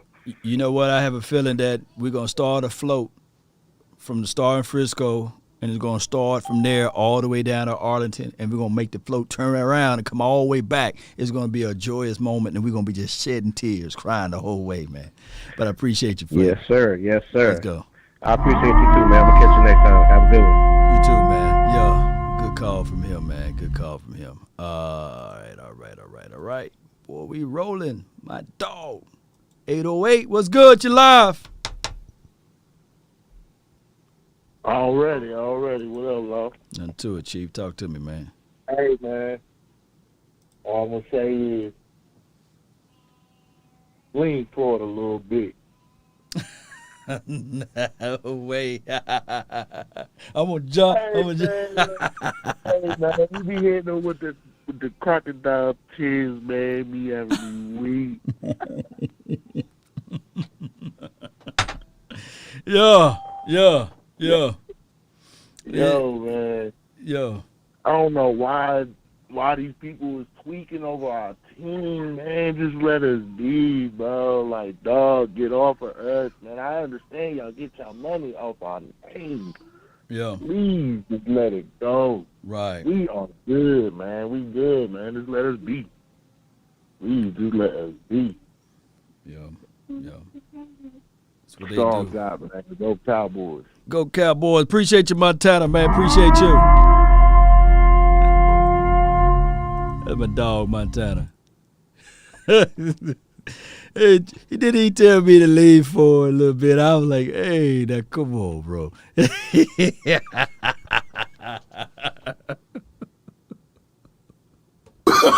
Oh, no. No. I thought Montana was about to come on, Montana. Tony Montana, that's my dog, though, man. We got the 512. You're live. Hello. Yeah, 512, you're live. Yes, brother. I was like that. I'm a long-term listener. I like your program. I like what you're saying. I've been for years. My question is this: has there ever been a rookie player of the year on the same team? Say again. Has there ever been a rookie of the year and a defensive player of the year on the same team? Nah, it's too much politics in that. They do the voting, so normally they're going to try to give the rookie of the year probably to a quarterback. Now, the defensive rookie of the year, they can do that. Defensive player of the year, rookie player of the year. It could go to Parsons, but he's going to have to step it up.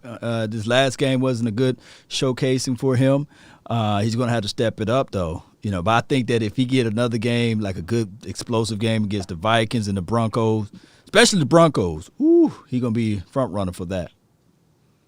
That'll be nice. I was just thinking of the possibilities of a defense being that ready with the rookie of the year and defensive the player of the year all on the same team. That's just a good combination. But this is what we can get. We can flat out probably run with coach of the year, comeback player of the year, MVP of the year, and on top of that, defensive player of the year. How about that one? Hey, that's just more kudos to the pile. More feathers in the hat. I'm down for everything. Like I said, I'm a long-term listener. I'm in Austin. Used to see them at St. A's, and I enjoy listening to your show, brother.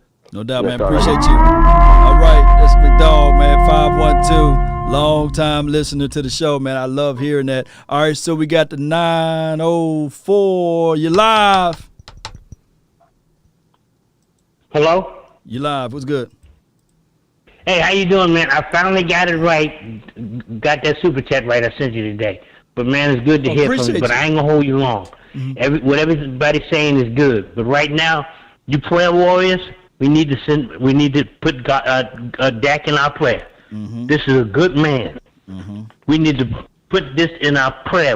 Everything is fine what they're saying, but right now, prayer warriors, step up. All right, man. You have a good night. Appreciate you. Thank you for the donation, DT. Thank you so much. That's a good call from the 904. He was the last one. Anybody else going once, twice, 3 times a lady? Good. Thank you. All right. Shout out to you, Noble Royalty. Appreciate y'all. And shout out to you, Brian Bradford. Thank you for calling in. And thank everybody for being here. Jessica, thank you. Sheila Neal. Hey, y'all put your prayers together. We need number 4 to be healthy and wealthy and all of that stuff. I think he's okay, by the way, just based off the countenance of his face, based upon the way he walked around and carried himself. I think that he's okay. He's a man of strong faith, and I believe by his stripes we are healed. And a lot of times people look at it like this. Write this down. I know. Faith is crazy, right? But you got to have it. It's just weird. You just got a blind leap of faith. You just got to fall into it because that's the only way you can please the man upstairs. He wants us to be blind, crippled, and crazy. Blind enough to walk by faith, right? Crippled enough to lean on him, and crazy enough to know that he will make a way out of no way. So that's how crazy this thing is, Cowboy Nation. And somehow, one way or another, we are that crazy bunch of people to believe in what we believe in. And that's just how they go, Cowboy Nation. But I come here to tell you guys that this team is still different. This team is operating with unity. Y'all see the video of them all inside that locker room playing. Yes, it's juvenile. Yes, it's something that you're taking a ball and you're throwing it into a trash can. Well, Lord, how can I get anything out of that? Well, camaraderie goes a long way, not a short way.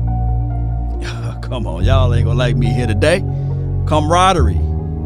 The consistent level of trust in your foes, right? Oh no, my bad, wrong word. Trust in your contemporaries. Foes are evil people. But if you can keep your head when all about you are losing theirs and blaming it on you, if you can trust yourself when all men doubt you, but make allowance for their doubting too.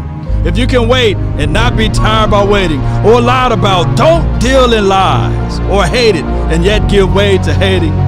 And yet don't look too good nor talk too wise. If you can think and not make thoughts your aim.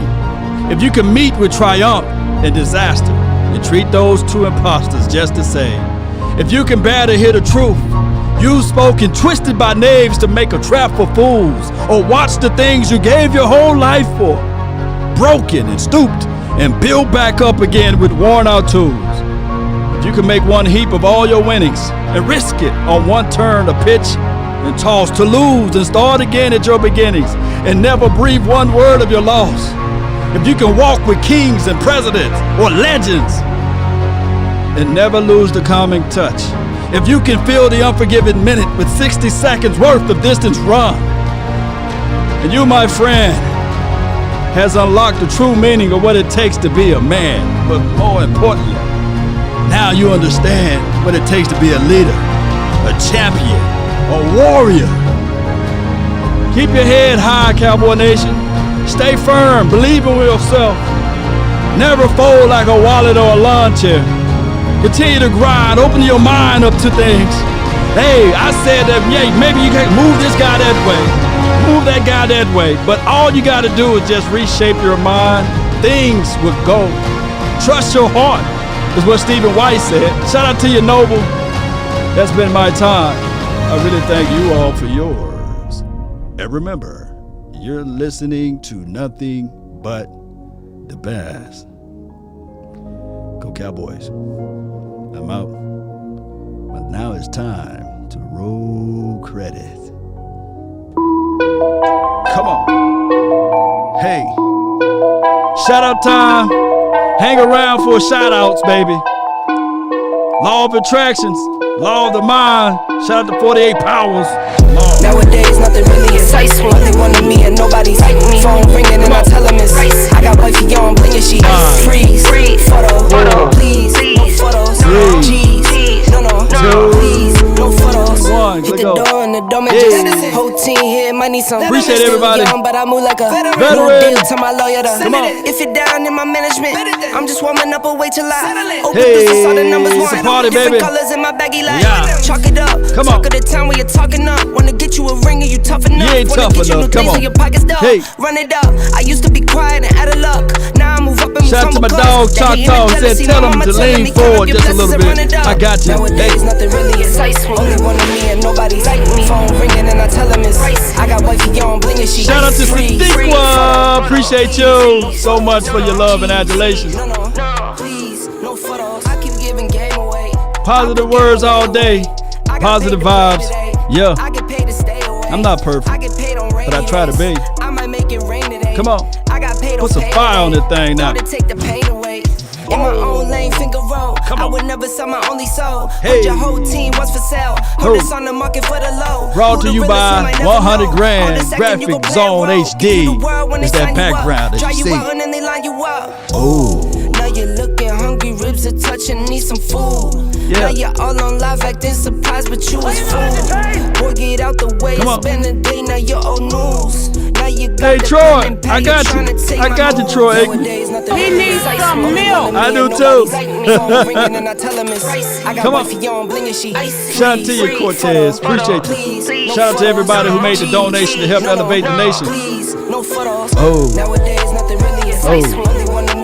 Come on. If you're watching all the way to this point and you have not hit that like button, come on, man. What are you thinking? 10 toes down, I'll be free until the end. Crib outside the city, I don't feel safe in my hands. Took so many years, I'm just waiting for the wins. Gotta smash that like button. Come on. I do it for real, there's no reason to. If you're watching all the way to this point and you have not subscribed to the nation,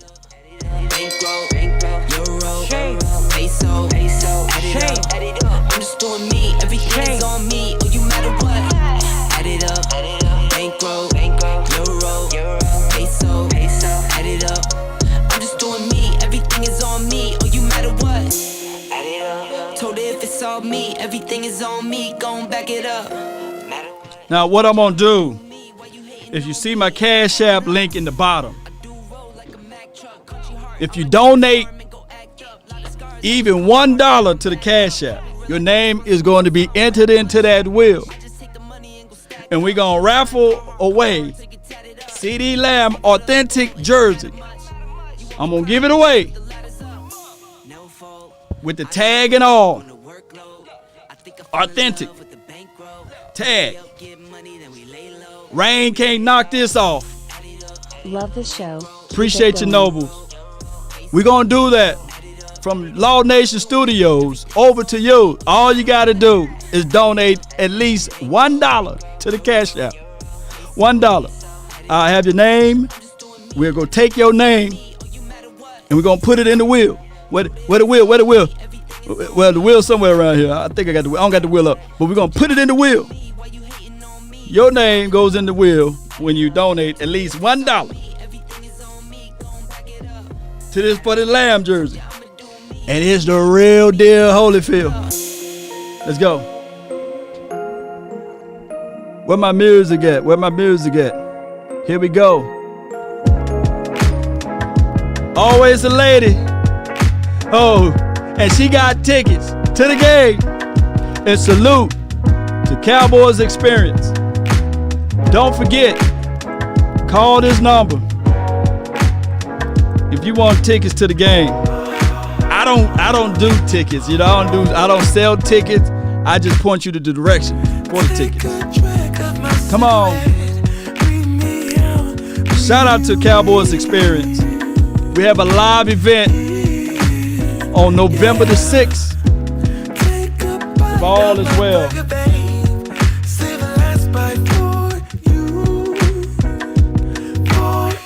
And what we tell them, hey, don't let the street lights hit you all alone. Come on. You know it's danger.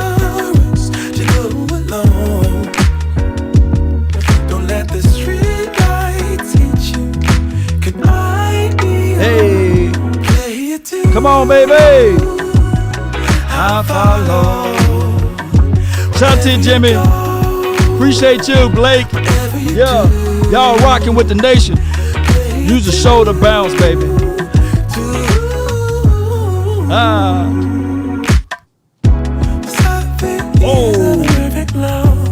Shout out to all of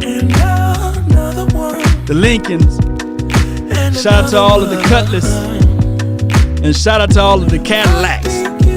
Come on. With the roof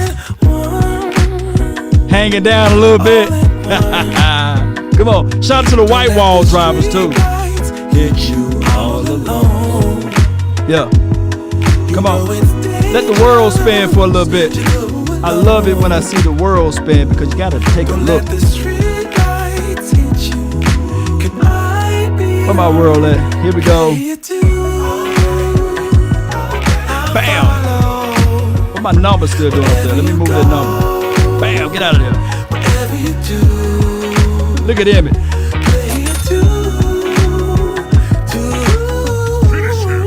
Yeah.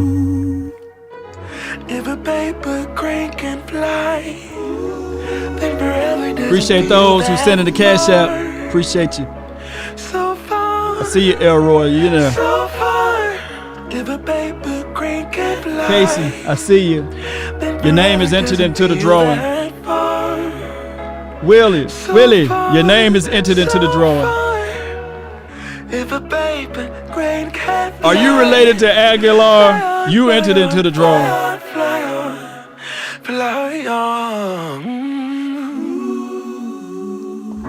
I hope one of y'all win that CD Lamb jersey.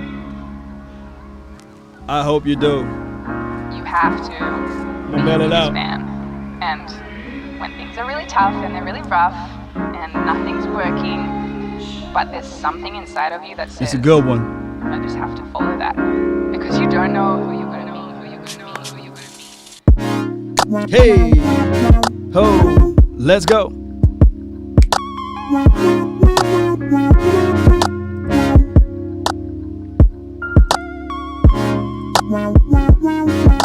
Because if you don't do the work, no disrespect. If you don't do all the work, do the work. Don't just do the talent, do the work. If you don't do the work, the other things that you don't develop, they're going to catch up with you. I'm not telling you don't look good, don't drive good. But may your insides be... Kobe just wanted it more than everybody else wanted. Kobe was relentless. Kobe had a value of relentless. He didn't just know the word relentless, he was relentless. It was in his DNA. Some of you say the word, but it's not a value.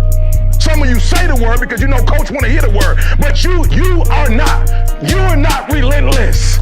You just say the word, you repeat what you hear. But when you get to a point where you make a decision to be relentless, there are things that people who are relentless get that people who are not, they don't get.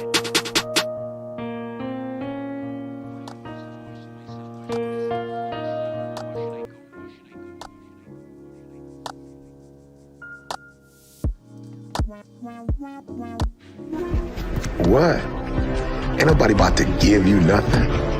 Success is earned. Just because you stronger, bigger, and bolder, ain't nobody about to just hand it over to you. You gotta work for it. You gotta go get it. You gotta earn it.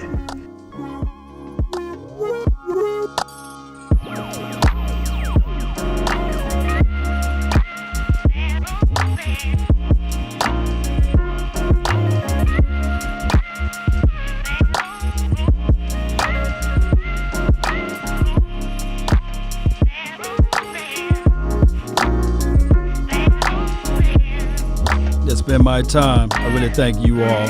Until next time, go Cowboys.